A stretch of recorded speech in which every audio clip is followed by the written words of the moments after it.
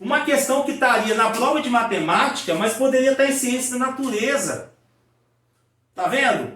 E aí, gente, química, quando vocês falam de pH na química, olha que eu nem sou o expert em química aqui, hein?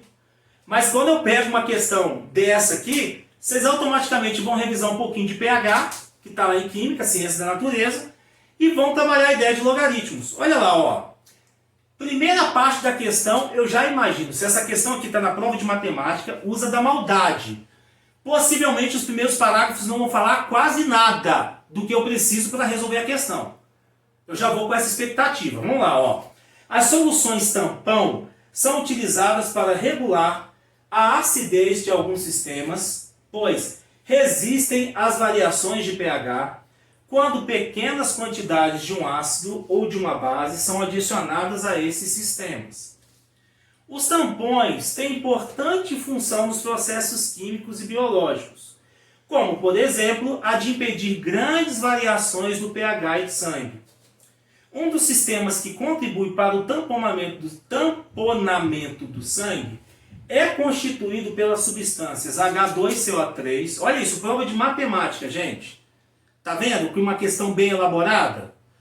Vamos lá? NaHCO3. As equações químicas abaixo representam os equilíbrios dessas substâncias.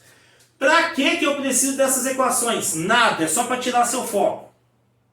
Porque é a prova de matemática. Essa questão está lá na prova de matemática. Então eu não vou usar nada de conhecimento de química aqui. O pH desse sistema tampão pode ser calculado pela seguinte expressão. Opa, começou a falar de expressão matemática.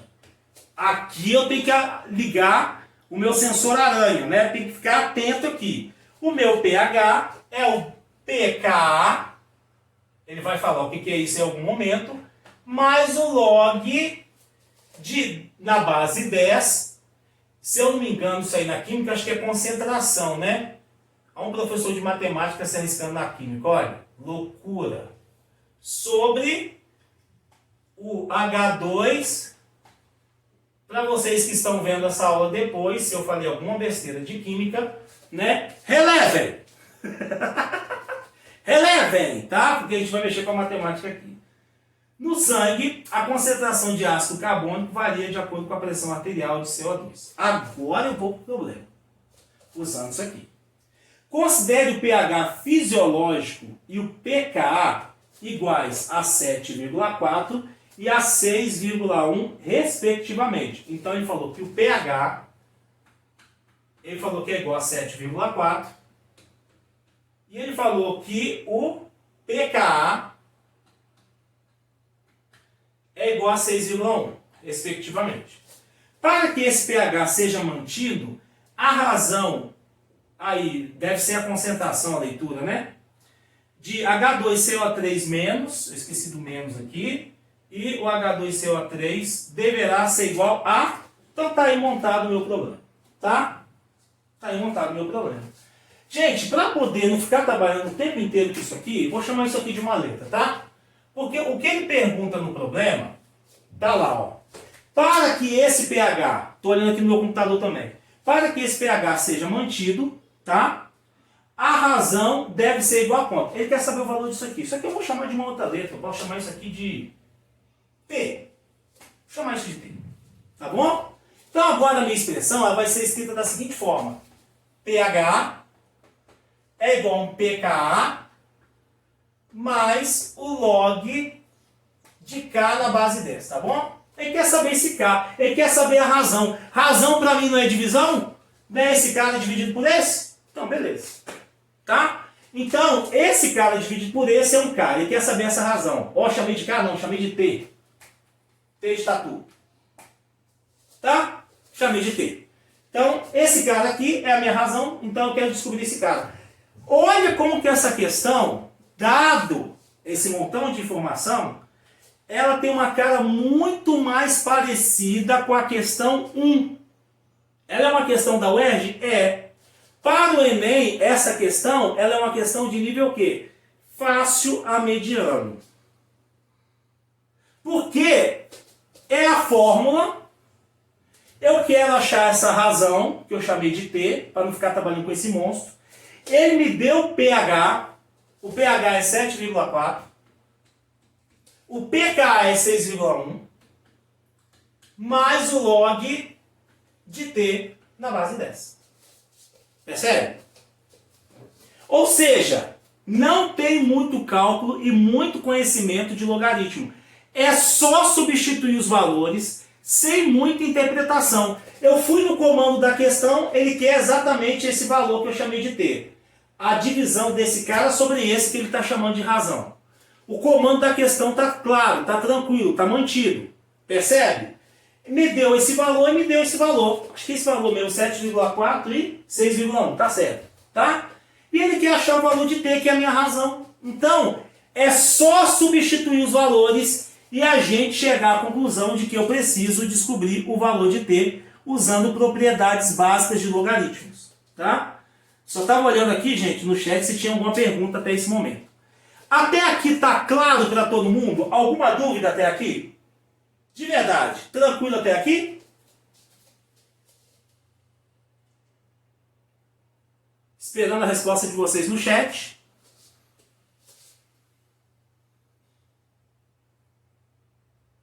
Sem dúvidas? Caminhando bem até aqui?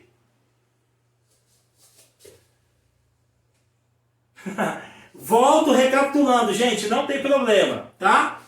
O que nós fizemos até agora? Né? Eu estou pegando aqui, gente, recapitulando, eu falei inicialmente que essa questão ela pode ser considerada para o Enem uma questão de nível fácil a mediano. Por quê?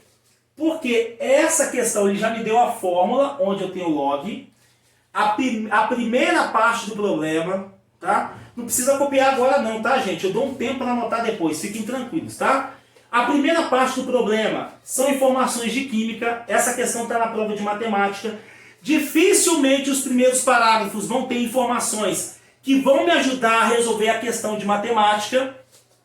Tá claro isso? Isso tem que estar muito claro, tá? Então eu tenho a fórmula, ele quer saber a razão da concentração, se eu não me engano, acho que isso aqui é a concentração, de HCO3 menos por H2CO3. Ele quer saber o valor dessa razão, dessa divisão, que eu estou chamando de T.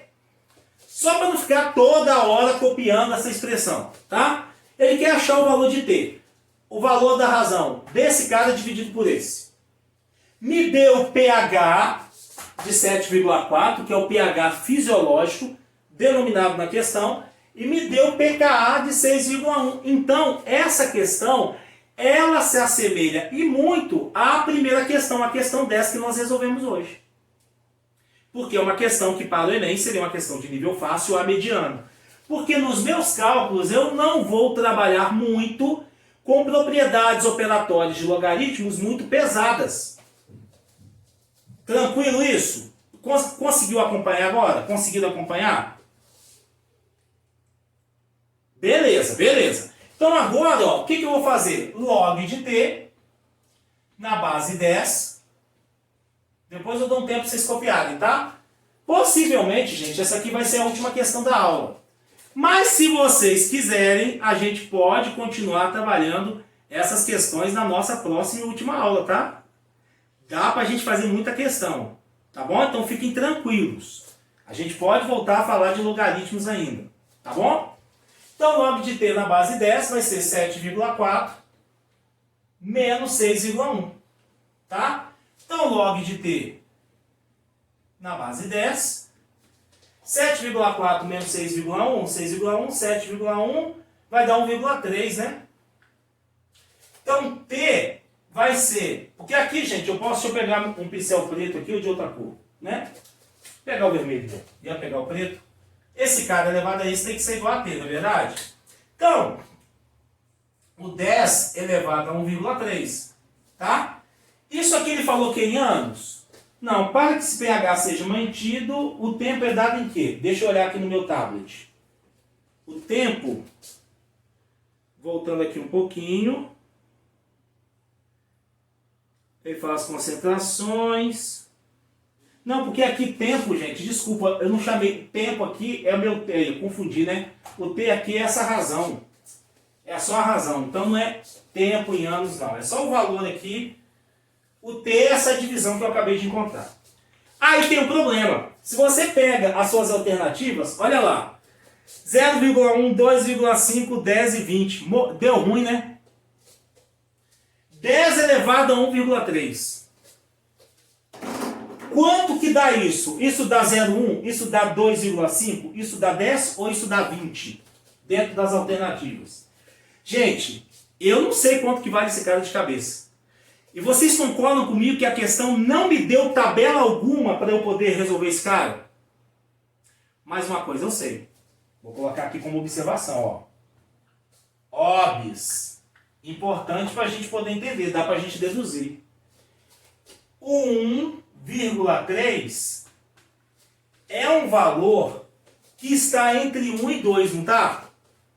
Lembra que acho que foi uma das últimas aulas, quando a gente trabalhou com estimativa de raiz quadrada?